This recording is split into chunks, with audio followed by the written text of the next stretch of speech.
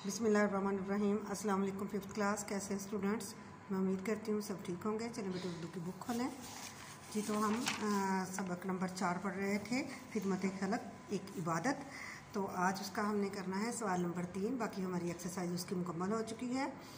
अल्फाज जुमले हैं, तो आए मेरे साथ देखते हैं हमने कौन से जुमले बनाए हैं इसके।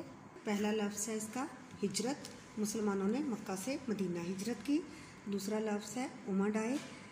मेला में लोग चारों तरफ से उमड़ आए। रजामंद, बड़ी कोशिश के बाद अली स्कूल जाने पर रजामंद हुआ। दुनियावी फ़ायदे, इंसान को दुनियावी फ़ायदे की जगह आखिरत को पसंद करना चाहिए। आखिरत, दुनिया आखिरत की खेती है।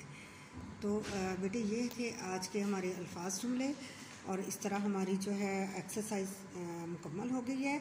आपने इस सारे सबक को ज़रा अच्छे से रिवाइज़ करना है ताकि आपको टेस्ट देने में कोई मुश्किल पेश ना आए। ठीक है? ओके, अल्लाह हाफिज़।